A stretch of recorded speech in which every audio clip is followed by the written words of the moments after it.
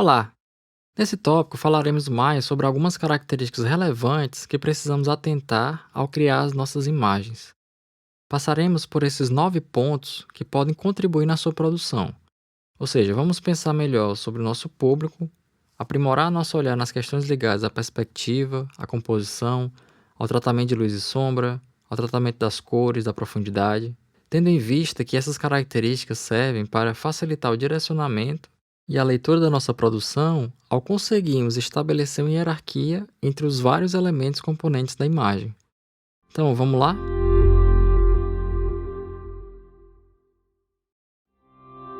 Vamos começar pelo primeiro ponto, que é definir nosso objeto e entender nosso público.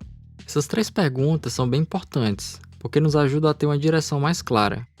A primeira pergunta é: o que desejo mostrar? Ou seja, passa por escolher o seu objeto. Essa escolha influencia na segunda pergunta, que é: como vou mostrar esse objeto? Se eu quiser mostrar uma cidade, a sua representação pode ser bem diferente do caso de eu querer mostrar uma casa ou um mobiliário. Ainda que nós possamos construir semelhanças, a escala é outra, o que muda a abordagem dessa representação. No caso de eu querer mostrar um mobiliário ou uma edificação, a escolha também passa por definir se farei uma imagem de detalhe, se farei uma imagem interna ou externa e se utilizarei o nível do observador ou a visão de pássaro. Essas decisões devem ser tomadas também levando em consideração a terceira pergunta, que é: para quem estou mostrando?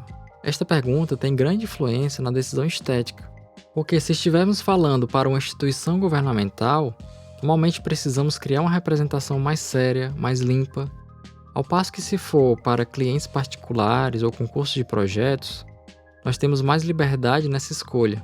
Naturalmente, essas não são as únicas classificações possíveis, serve apenas para exemplificar o intuito de cada pergunta. Como vimos no tópico passado, você pode optar por inúmeras estéticas, inclusive combiná-las entre si, com cuidado de buscar uma certa uniformidade visual do conjunto. Depois de responder essas perguntas e escolhida a sua linguagem, você já pode dar prosseguimento à pesquisa dos assets, ou seja, dos elementos que você deseja inserir nessa ilustração, como pessoas, objetos, texturas, vegetação e assim por diante. Bom, nas colagens é comum haver menor preocupação com a proporção, com a linha do horizonte e com a precisão da perspectiva. Ainda assim, é interessante entender o que esse gráfico quer dizer. Já sabemos que a perspectiva influencia diretamente na nossa percepção do espaço e dos objetos, e é para a linha do horizonte onde os pontos de fuga estão se direcionando. Isso significa dizer que, a depender da posição dos objetos em relação a ela, veremos mais a parte inferior, a lateral ou a superior. Dá para entender bem nessa ilustração, em que conseguimos ver alguns planos inferiores da edificação, mas claro, não conseguimos ver o seu topo. Os blocos que estão no chão, não conseguimos ver nem o topo nem o fundo, só as laterais. Isso se dá porque quase todo o edifício está acima da linha do horizonte. Tem uma outra dica bem legal quando traçamos essa linha. Você percebeu que a altura dos olhos das figuras humanas estão quase todas na mesma altura? Esse é o referencial correto a se estabelecer no momento de se dispor às pessoas, em qualquer que seja o seu plano de profundidade.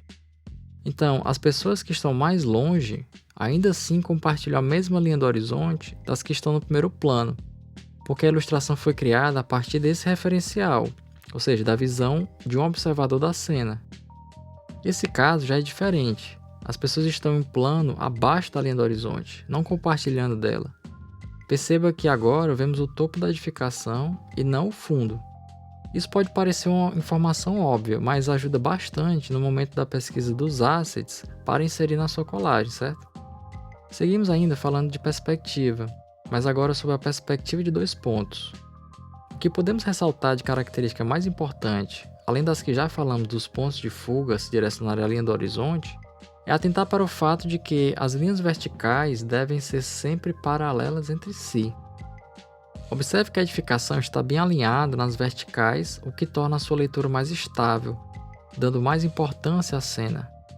Isso acontece porque a perspectiva de 2 pontos tira o terceiro ponto de fuga, que seria o vertical, e é o que causa distorção no objeto arquitetônico. Sugiro que você procure sempre trabalhar com as verticais paralelas entre si. Mostrarei no módulo de SketchUp como configurar isso, mas nos programas BIM também existe a possibilidade de corrigir essa distorção na escolha da cena.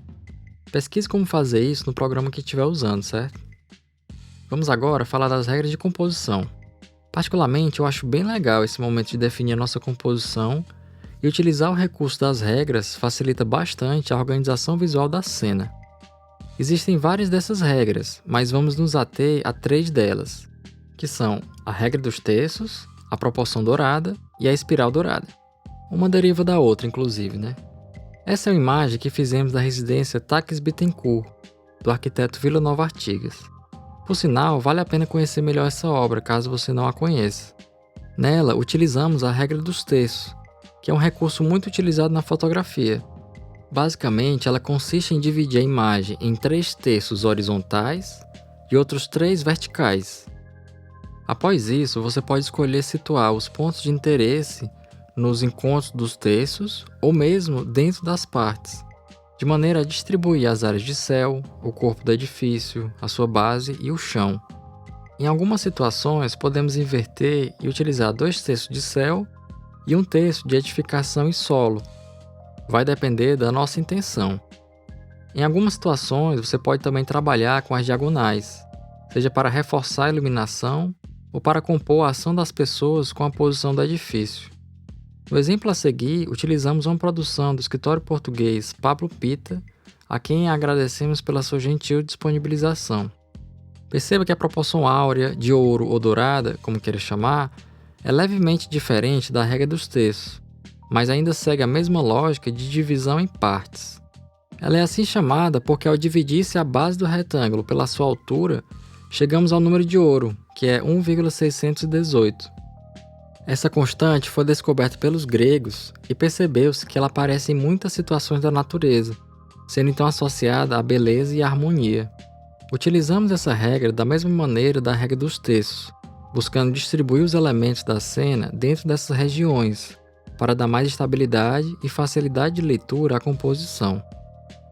Nosso último exemplo segue esse mesmo caminho. Essa é uma produção do Nicolai Becker, um estúdio de representação arquitetônica de Stuttgart, na Alemanha, que também tem tutoriais e dicas bem boas nas suas redes sociais. A espiral de ouro obedece à mesma lógica da proporção áurea, uma deriva da outra. A diferença está nessa espiral que ajuda a situar perfeitamente um ponto de interesse dentro da narrativa compositiva.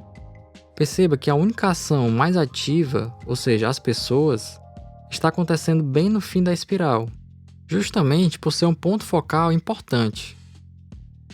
Uma outra maneira recorrente de compor é reforçar mais a horizontalidade da edificação. Já falei no tópico anterior que as colagens se utilizam bastante do recurso dos planos paralelos, lembra? Podemos aliar isso às regras de proporção, pensando em como podemos distribuir os pesos para reforçar uma ideia de solidez da arquitetura. Ou nesse outro exemplo em que vemos a intervenção bem no centro da imagem, sendo enquadrada pelos edifícios pré-existentes. Veja que tanto os planos quanto as linhas verticais estão paralelos, o que contribui para a sensação de estabilidade. O quinto atributo que desejo apresentar a você é o tratamento de luz e sombra. Ele faz muita diferença no resultado final, porque tanto pode ser utilizado para dar mais informações a quem vê a cena, quanto para dar mais dramaticidade à composição. Esse exemplo da Anna Popescu, uma artista francesa, ilustra bem o que quero dizer. Veja que a sombra indica a entrada de luz e, consequentemente, a posição do sol na cena. Isso também é bem útil para dar volume aos objetos e espaço. Perceba que uma boa parte da cena tem algum tipo de sombra, o que nos ajuda a identificar as variações de planos. O mesmo ocorre nessa imagem do grande Fernando Neira, um talentoso ilustrador da Argentina. As sombras ajudam a dar volume e a entender melhor o próprio objeto. Passando para o próximo ponto, as cores também podem exercer esse papel de facilitar a leitura e de reforçar a estética desejada.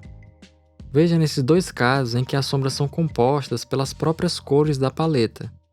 Interessante observar também que só o fato delas trocarem de posição na cena, nós já conseguimos entender qual é a cena diurna e qual a noturna. No céu da esquerda, o céu está amarelo e as sombras azuis, indicando que se trata de uma cena durante o dia. Na outra, elas estão trocadas. o céu está azul e a arquitetura está amarelada, o que nos dá uma pista de ser noite. Ou seja, dá para perceber uma certa lógica aí, né? A luz aparece mais com a cor quente, enquanto a sombra com a cor fria. Nesse exemplo, vemos a predominância de uma cor de destaque, no caso o vermelho.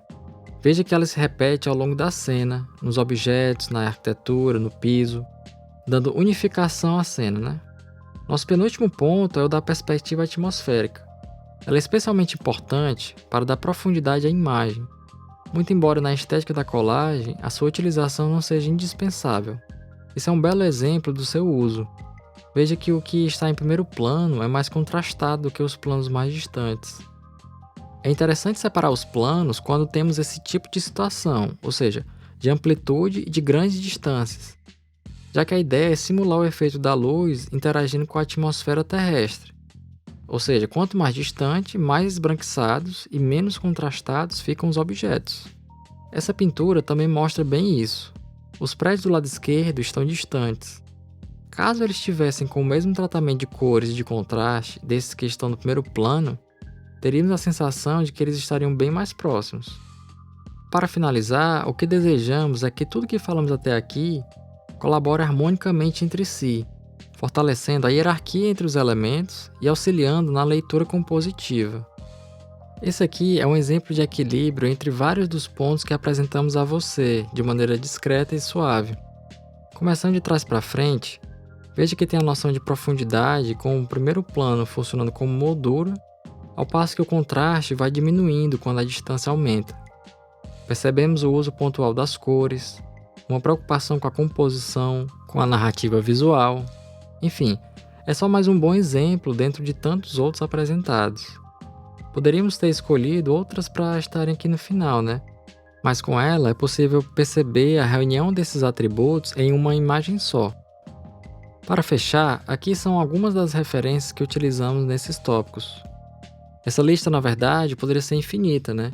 Já que ainda tem várias outras ótimas referências que gostamos e que não estão aí, mas já dá para ter um bom apanhado a partir dessas. Então é isso, eu sei que já passei bastante informação nesses 3 primeiros tópicos, mas você pode ir absorvendo aos poucos, revisando e revendo quantas vezes quiser. Até o nosso último tópico desse módulo. Tchau!